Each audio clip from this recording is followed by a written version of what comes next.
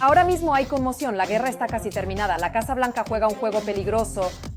Trump presiona a Ucrania, pero ya se ha encontrado una respuesta ucraniana. Las negociaciones de Ginebra están acorralando a Zelensky o, por el contrario, le dan una oportunidad para asestar un golpe decisivo al agresor. En este contexto, Ucrania recibe misiles que provocan pánico en el Kremlin. Alemania va a banque. La decisión sensacional del canciller del país, Merz, y otro shock para el Kremlin. El paquete de ayuda español socava los planes del agresor. Occidente ha hecho estallar el frente. Los nuevos suministros cambian por completo el equilibrio de fuerzas. El frente está en ebullición. En Pokrovsk ondea la bandera ucraniana. 3 pelotones enemigos fueron destruidos con un solo golpe de las Fuerzas Armadas de Ucrania. Las ofensivas en el sur y en Pokrovsk fracasaron. Los defensores ucranianos logran lo imposible. Actúan tanto en la línea del frente como en la retaguardia enemiga. El apagón en Donetsk ocupado paralizó a las tropas del agresor. La intensidad de la guerra está fuera de control. Mientras los políticos se dan la mano, los ejércitos de Europa toman posiciones. Occidente prepara un golpe inesperado. Las tropas de Francia y Reino Unido se preparan para entrar en Ucrania. En el Kremlin están perdiendo la calma. Trueno desde Madrid. Ucrania recibe ayuda militar que destroza el plan de la Federación Rusa. España asesta un golpe al agresor. El nuevo paquete de ayuda golpea todos los puntos débiles de Rusia. Madrid inyecta miles de millones en la defensa de Ucrania. Moscú está atónita. Rusia está al borde del colapso, el dinero para el ejército se desvanece, casi no hay nuevos contratos y el frente tritura a los ocupantes en la picadora de carne de la guerra. Rusia está al borde del desastre. De todo esto hablaremos a continuación en nuestro programa Punto Caliente. Un trueno en un cielo despejado. El canciller de Alemania, Friedrich Merz, declaró que Ucrania recibirá misiles de largo alcance, un arma capaz de atravesar la defensa enemiga donde menos lo esperan. Pero la tormenta tecnológica apenas comienza. A Ucrania ya han llegado los famosos sistemas antiaéreos. Ahora todo el hierro enemigo portador de muerte irá directo al desguace. Y lo de España es simplemente impactante. Madrid ha proporcionado una ayuda militar sin precedentes, reforzando al ejército ucraniano de tal manera que el Kremlin ya está en estado de pánico. No se pierda los detalles candentes. Ahora mismo. Aún más ayuda y apoyo. El canciller de Alemania prometió equipar al ejército ucraniano con sistemas de armamento de largo alcance. Pero Merz no reveló detalles sobre la cantidad de misiles ni los plazos de entrega. Llevamos meses trabajando intensamente con el gobierno ucraniano en la implementación de proyectos de fuego de largo alcance, como los llamamos técnicamente. El ejército ucraniano será equipado con estos sistemas de armamento. Al mismo tiempo, el canciller evitó responder sobre la negativa anterior de Alemania a suministrar misiles de crucero de largo alcance Taurus a Ucrania. Él calificó este enfoque como una táctica para aumentar la presión sobre el país agresor, Rusia. La operación de los Taurus depende directamente del nivel de preparación del personal técnico. Es decir, al parecer, se trata de que los misiles Taurus solo pueden ser utilizados de manera exclusiva por militares de la Bundeswehr, es decir, las Fuerzas Armadas alemanas, y que la formación de especialistas ucranianos llevará bastante tiempo. Alemania es el mayor donante europeo de ayuda militar a Ucrania. Desde el inicio de la guerra, el gobierno ha proporcionado a Ucrania ayuda por un valor de más de 50.000 millones de euros. En septiembre, Berlín inició una nueva iniciativa de adquisición de drones de largo alcance en conjunto con la industria de defensa de Ucrania. Además, Alemania destinará 150 millones de euros adicionales para la compra de armas a Estados Unidos para Kiev. Alemania comprende perfectamente las posibilidades de manera directa de un enfrentamiento militar con la Federación Rusa. Por eso, está profundamente interesada en garantizar la capacidad de defensa del Estado ucraniano y, en consecuencia, en la modernización técnica de las fuerzas de defensa de Ucrania. Mientras tanto, las fuerzas aéreas ucranianas han reforzado la defensa antiaérea con el nuevo armamento británico Terrahawk Paladin. No se revela la cantidad de sistemas entregados, pero incluso un pequeño lote de estos sistemas fortalecerá significativamente la defensa antiaérea ucraniana. Para la parte ucraniana, esto significa la creación de un sistema de defensa antiaérea focalizado para proteger, en el momento, los principales objetos logísticos y militares contra los ataques de medios aerodinámicos del enemigo. En primer lugar, se trata de drones. Este sistema es móvil y en consecuencia permite su reubicación en cualquier punto. Teniendo en cuenta la autonomía de su uso, esto aumenta significativamente las capacidades de la parte ucraniana en el momento de contrarrestar, así como desde el lado de la Federación Rusa. Además, España asignará 615 millones de euros para apoyar a Ucrania, de los cuales la mayor parte se destinará precisamente a necesidades militares. En primer lugar, se trata de un programa de compras adicionales de armamento para las necesidades de las Fuerzas Armadas de Ucrania a Estados Unidos. La segunda es, respectivamente, el fortalecimiento de los sistemas de defensa antiaérea de Ucrania. Y en consecuencia, esto tiene el carácter de apoyo material y técnico, incluyendo la transferencia por parte de España de vehículos blindados pesados y medios de destrucción que actualmente están en servicio en el ejército español. Tras el inicio de la guerra a gran escala, Ucrania ha incrementado la producción de armamento y la implementación de nuevas tecnologías que ya se están utilizando en el frente. Los volúmenes de producción nacional de armas han aumentado decenas de veces. Ucrania amplió la producción de obuses autopropulsados Bogdana a 20 al mes. Estos son indicadores récord incluso para los países de la OTAN. Una característica distintiva es que se trata de un calibre modificado de 155 milímetros, que es el estándar de la OTAN, además, por supuesto, de la relación calidad-precio. Además, las fuerzas de defensa de Ucrania han incrementado la producción de proyectiles de artillería y lo han hecho de manera récord. Se trata de la ampliación de la producción tanto de drones FPV como, respectivamente, de drones de ataque con un alcance de más de 1.500 kilómetros. Anteriormente, Volodymyr Zelensky declaró que la producción nacional de armas, en particular de misiles balísticos y drones, es una de las tareas clave para el gobierno y los fabricantes. Cabe destacar la ampliación de la producción de sistemas de guerra radioelectrónica y radares. En este segmento, nuevamente, la defensa ucraniana ocupa una de las posiciones líderes y más destacadas en el mundo. Y por supuesto, la producción de drones navales. Todo esto significa que los desarrolladores ucranianos han demostrado la capacidad de crear armamento de alta precisión, capaz de destruir importantes objetivos militares enemigos en gran profundidad. Sensación. Fin de la guerra. El representante especial de Trump para Ucrania, Kate Kellogg, sorprendió a todos. La prensa mundial está llena de titulares. Es una trampa. El centro de atención está en las negociaciones de Ginebra. Los grandes del mundo buscan un compromiso que podría ser el toque final para la tan esperada paz o para una catástrofe. Vea más detalles ahora mismo. Las negociaciones en Ginebra sobre el plan de paz de Trump son de importancia crucial. En ellas participaron representantes de Estados Unidos, Ucrania y asesores de seguridad nacional de Francia, Reino Unido y Alemania en relación con el proyecto estadounidense para poner fin a la guerra en Ucrania. Ucrania aborda este proceso con una clara comprensión de sus intereses. Esta es una nueva etapa del diálogo que se ha venido desarrollando en los últimos días y cuyo principal objetivo es coordinar la visión de los próximos pasos. A la reunión asistieron los asistentes de Trump, el enviado especial de Estados Unidos Steve Witkoff y el secretario de Estado Marco Rubio. La reunión fue la más productiva y sustancial de todas las que se habían celebrado hasta ahora. En 1900, la oficina presidencial ucraniana están dispuestos a trabajar lo más rápido posible para lograr una paz real. Ucrania nunca quiso esta guerra y hará todo lo posible para terminarla con una paz digna. Ucrania nunca será un obstáculo para la paz. Y los representantes del Estado ucraniano defenderán los intereses justos del pueblo ucraniano y los fundamentos de la seguridad europea. Agradecemos la disposición de los socios europeos a ayudar. Los aliados de Ucrania buscan reescribir la propuesta de Trump, que según ellos sería beneficiosa para Rusia. No están de acuerdo al menos con 4 puntos. Nos adherimos firmemente al principio de que las fronteras no deben cambiarse por la fuerza.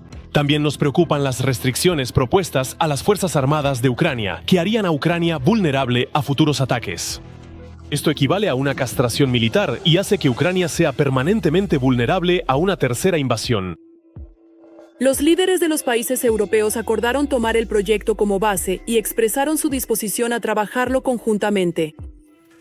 Nosotros, un progreso muy bueno y nos estamos moviendo hacia una paz justa y duradera.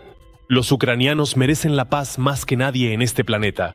Creemos que nuestro gran amigo Estados Unidos, especialmente el presidente Trump y su equipo, confirmarán esta paz. Keith Kellogg está seguro de que Trump podrá terminar esta guerra. La base del acuerdo ya está formada. Estamos casi en la recta final para poner fin a la guerra. En el plan hay cosas que conviene detallar y explicar mejor. Habrá también garantías de seguridad, cuyo principal garante deben ser los Estados Unidos para evitar los errores del Memorándum de Budapest y los acuerdos de Minsk. Ahora los medios informan que Trump ha nombrado a Driscoll, amigo y excompañero de clase del vicepresidente J.D. Vance, como su nuevo representante especial.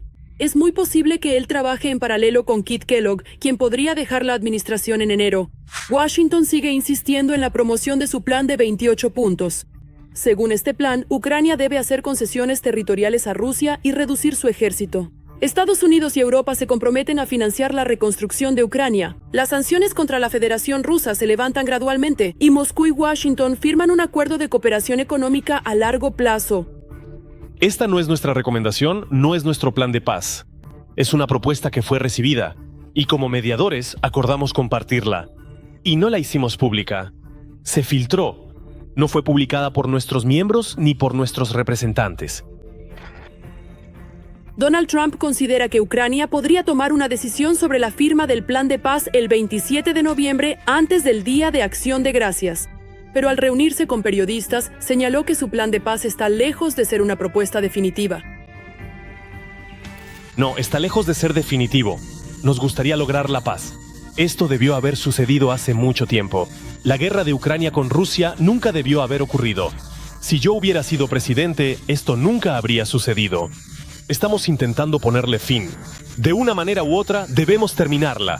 El viernes, Zelensky se dirigió al pueblo ucraniano y declaró que Ucrania hoy se enfrenta a una difícil elección y corre el riesgo de perder o su dignidad o a su socio clave. Ahora es uno de los momentos más difíciles de nuestra historia. Ahora la presión sobre Ucrania es una de las más duras. Ahora Ucrania puede encontrarse ante una elección muy difícil, o la pérdida de la dignidad o el riesgo de perder a su socio clave. Fuentes cercanas al Kremlin comentan que las disposiciones de este documento deben considerarse más bien como la base de un futuro acuerdo y no como un acuerdo que Putin firmará oficialmente. Si en Kiev no quieren discutir la propuesta del presidente Trump y la rechazan, tanto ellos como los instigadores europeos de la guerra deben entender que los acontecimientos que ocurrieron en Kupiansk inevitablemente se repetirán. Y en otros sectores clave del frente. Quizás no tan rápido como nos gustaría, pero inevitablemente esto volverá a suceder. Y en general, eso nos conviene. Moscú se opone a las garantías de seguridad propuestas para Ucrania, al tamaño del ejército y al uso de los activos rusos congelados para apoyar a Ucrania. Nosotros tenemos ese texto. Lo recibimos a través de los canales de comunicación existentes con la administración estadounidense. Considero que también puede servir de base para una solución pacífica definitiva. El Kremlin está creando condiciones informativas para rechazar el acuerdo, ya que Rusia no está interesada en hacer concesiones territoriales, según el Instituto Americano para el Estudio de la Guerra. La victoria de Rusia no es inevitable. Ucrania y Occidente pueden aprovechar varias debilidades clave de Rusia para obligar al Kremlin a negociar y hacer concesiones reales. Mientras tanto, el Kremlin se enfrenta a crecientes problemas en cuanto a recursos materiales y humanos, que seguirán complicando la capacidad de Moscú para sostener la guerra a medida que se prolongue. Por eso, la Federación Rusa está muy interesada en obligar a Ucrania a ceder territorios críticos que las fuerzas rusas difícilmente podrán conquistar. Por eso, Gerasimov, al informar a Putin sobre la situación en el frente, sigue exagerando los éxitos y Putin le sigue el juego para obligar a Ucrania y a Occidente a aceptar las exigencias rusas en las negociaciones. El frente está en llamas. Los ocupantes hierven en el caldero de la guerra. 3 pelotones enemigos fueron destruidos en un día. En Pokrovsk, los rusos volvieron a abrirse paso. La ciudad resiste. Las Fuerzas Armadas de Ucrania volvieron a sorprender a todos e hicieron algo increíble. La ofensiva enemiga en el sur de Ucrania quedó en el pasado y en la dirección de Kupiansk los defensores de Ucrania avanzaron. Las fuerzas de defensa logran actuar no solo en la línea del frente, sino también en la retaguardia enemiga. Un helicóptero Mi-8 menos, y también hubo daños en los territorios ocupados. Parte de la región de Donetsk quedó sumida en la oscuridad. Esto paralizó a las tropas ocupantes. A continuación, lo que está ocurriendo en el frente y a su alrededor en estos momentos. En las últimas 24 horas, 3 pelotones fueron eliminados y más de uno resultó herido. El Estado Mayor de las Fuerzas Armadas de Ucrania informó sobre los combates en Pokrovsk. Las fuerzas de defensa destruyeron a 60 asaltantes rusos que, en la niebla, intentaban avanzar al centro de la ciudad y consolidarse allí. Otras 23 personas resultaron heridas. Como resultado, el intento de irrupción de los ocupantes fracasó. Sin embargo, el enemigo por ahora mantiene las posiciones antiguas a las que había llegado unos días antes. Según el mando de las Fuerzas Armadas de Ucrania, actualmente se están llevando a cabo acciones de búsqueda y asalto, y toda la ciudad, de hecho, sigue siendo una zona gris. El enemigo que entró por las afueras del sur de Pokrovsk ya ha realizado allí la creación de una determinada cabeza de puente. La cabeza de puente ya está siendo abastecida logísticamente. En consecuencia, pues la zona gris es muy grande, probablemente la mayor parte de la ciudad hoy en día, aunque las líneas en el norte, en el extremo de la ciudad, en la parte norte de Pokrovsk, hoy están siendo defendidas en particular por nuestros paracaidistas. Otra dirección que aparece regularmente en los informes militares es la de Kupiansk. A pesar del informe de Gerasimov sobre el cerco de unos 5.000 militares ucranianos allí, nuestro mando desmiente esta información, informando por el contrario sobre éxitos y avances de las fuerzas de defensa. Hoy aún no se ha logrado expulsar al enemigo más allá de los límites de Kupiansk en sí. Sin embargo, las acciones de contraataque que hoy demuestran las fuerzas de defensa son movimientos progresivos, no son operaciones de contraofensiva bruscas, sino precisamente acciones de contraataque. No obstante, esto lleva a que nuestras fuerzas de defensa logren recuperar algunas posiciones tácticas que se habían perdido allí hace algunos meses, precisamente en la propia ciudad de Kupiansk. Los rusos también se han activado en el sur de nuestro país.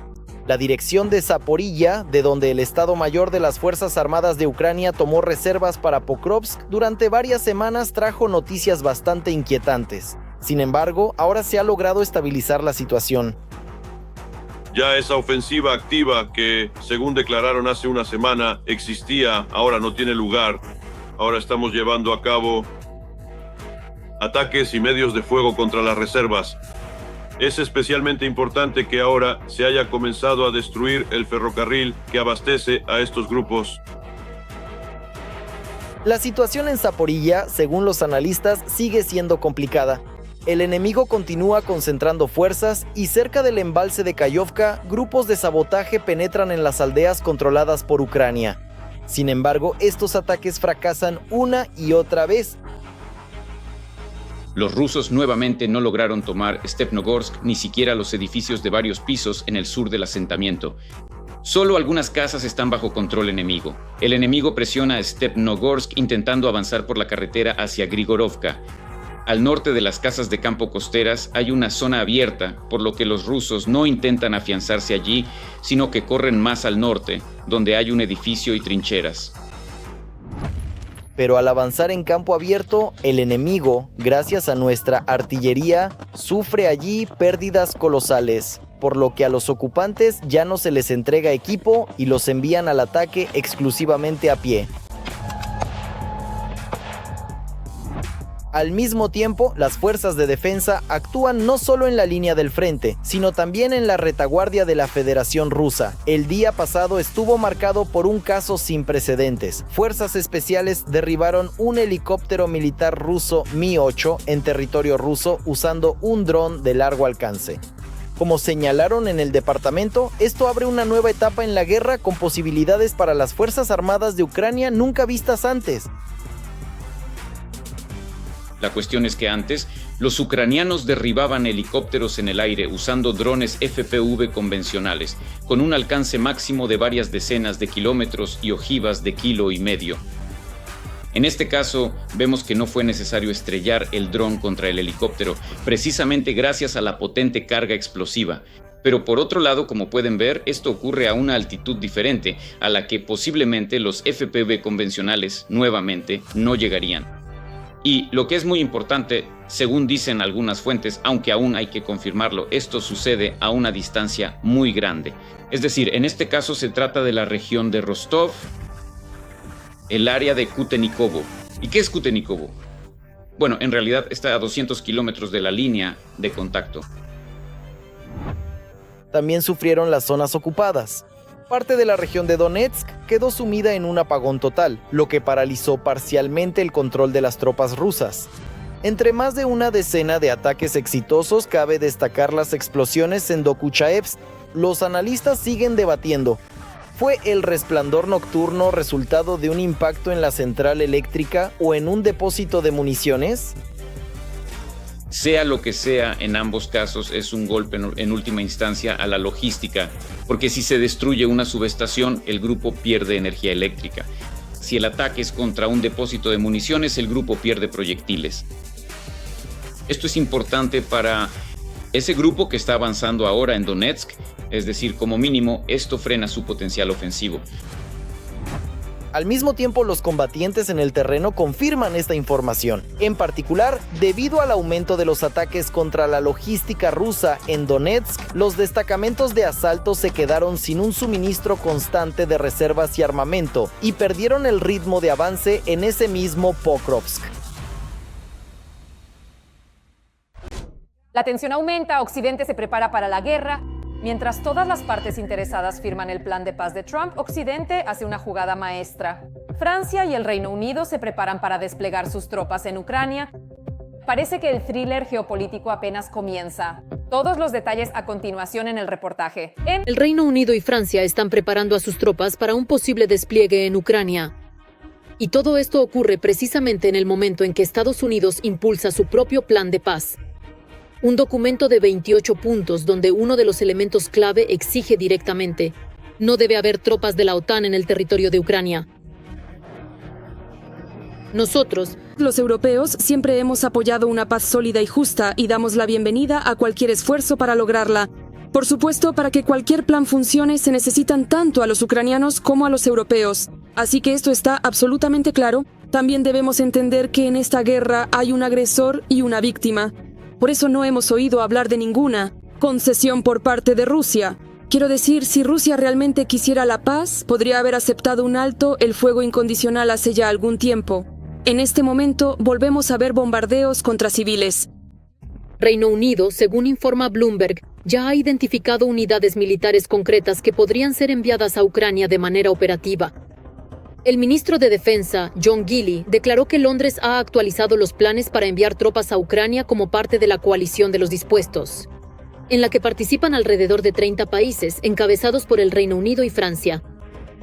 Hemos realizado reconocimientos en Ucrania, por lo que sabemos qué unidades se utilizarán, cómo desplegarlas y qué tareas pueden llevar a cabo. Los planes se coordinarán con otros miembros de la coalición según las necesidades de Ucrania y las condiciones de cualquier acuerdo de paz. De hecho, Londres está formando la estructura de la futura presencia, la misma que debe entrar en vigor inmediatamente después de un posible acuerdo de paz. El Reino Unido ya está destinando más de 100 millones de libras para estos fines, lo que equivale a unos 130 millones de dólares. Dinero para los gastos iniciales del envío de tropas. Se mantienen contactos constantes entre Ucrania y sus socios en relación con las necesidades y la situación. Este es uno de los canales a través de los cuales, es decir, a nivel del Ministerio de Asuntos Exteriores, a nivel de diferentes organismos y varios grupos de coordinación creados entre Ucrania y los socios, se transmite esta información, las evaluaciones ucranianas. Por otro lado, los socios tienen contactos directos con organizaciones de la sociedad civil en Ucrania, a través de organizaciones donantes, mediante una serie de contactos en la embajada. En consecuencia, reciben evaluaciones de los lugares, regiones, provincias, de los alcaldes, de los gobiernos locales, de los activistas locales, también sobre la situación que está ocurriendo y las necesidades. El tercer punto es que funcionan los servicios de inteligencia y los centros de análisis. Por lo tanto, se puede afirmar con total certeza y responsabilidad que los socios comprenden perfectamente la situación y las necesidades existentes. Los planes incluyen el despliegue de contingentes lejos de la línea del frente y la continuación del entrenamiento de las unidades ucranianas tanto en el Reino Unido como directamente en Ucrania. Tras la firma del acuerdo de paz, en Kiev deberá comenzar a funcionar un centro de coordinación bajo la dirección de un oficial británico de 2 estrellas. Sus tareas incluyen la logística, el armamento, la formación, la recuperación de las fuerzas terrestres ucranianas, así como garantizar la seguridad aérea necesaria para reanudar el tráfico aéreo internacional. Como bloque aparte, se contempla la ampliación del grupo naval del Mar Negro compuesto por Turquía, Rumanía y Bulgaria. El desminado, la seguridad de las rutas de transporte y la recuperación de las exportaciones marítimas son, según el Plan de Londres, elementos clave para el periodo de posguerra. Si se produce el despliegue del contingente, los trenes británicos se ubicarán lejos de la zona de conflicto. Evidentemente se trata del oeste de Ucrania, donde actualmente, por cierto, según mi información, sabemos que allí se encuentran militares estadounidenses. Hay instructores en cantidad bastante considerable que entrenan, entre otras cosas, en logística y otros aspectos.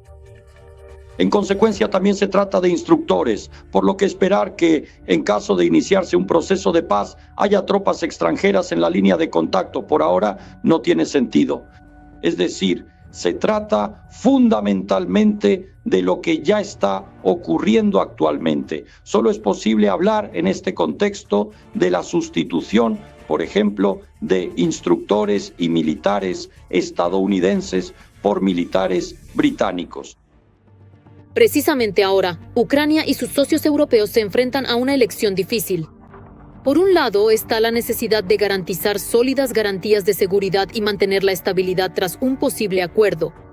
Por otro lado, existe el riesgo de salirse del marco del plan estadounidense, lo que podría provocar una nueva ola de presión por parte de Rusia, o incluso socavando toda la arquitectura del futuro tratado de paz. Un avance europeo sensacional. España sacude los titulares de noticias. Madrid inyecta cientos de millones en la defensa de Ucrania. Moscú está atónita. Un golpe financiero al agresor. Europa va con todo. España arma a Ucrania hasta los dientes. Esto hay que verlo. No cambie de canal. España planea asignar a Ucrania un nuevo paquete de ayuda por un valor de 817 millones de euros. Este debe ser aprobado en el plazo de un mes, informó el primer ministro Pedro Sánchez. Somos un aliado y amigo de Ucrania. Y para nosotros es un gran honor recibir a Zelensky en el Palacio de la Moncloa y transmitir en un sentido amplio nuestro cariño al pueblo ucraniano y al gobierno ucraniano. Cuando en 2023 Ucrania necesitaba urgentemente sistemas de misiles antiaéreos, allí se negociaba.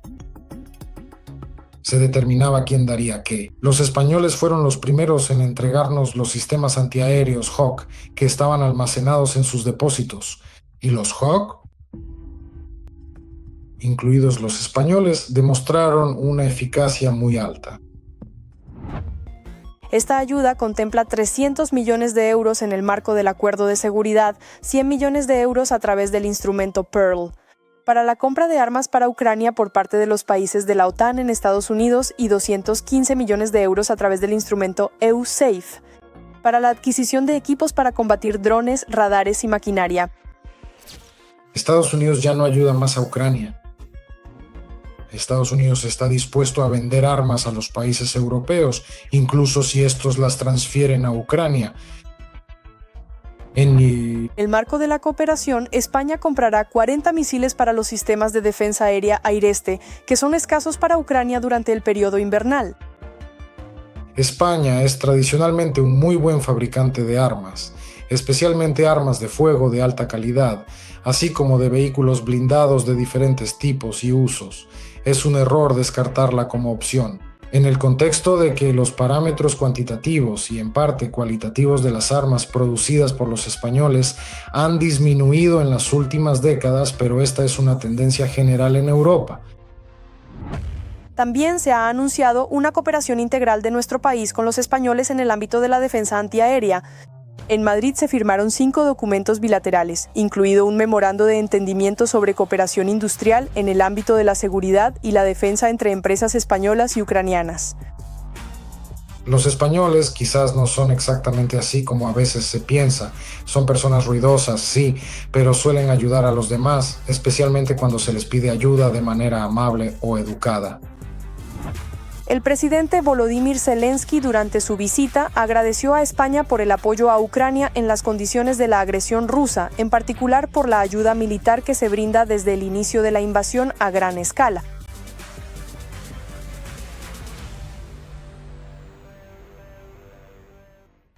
Choque en las regiones rusas.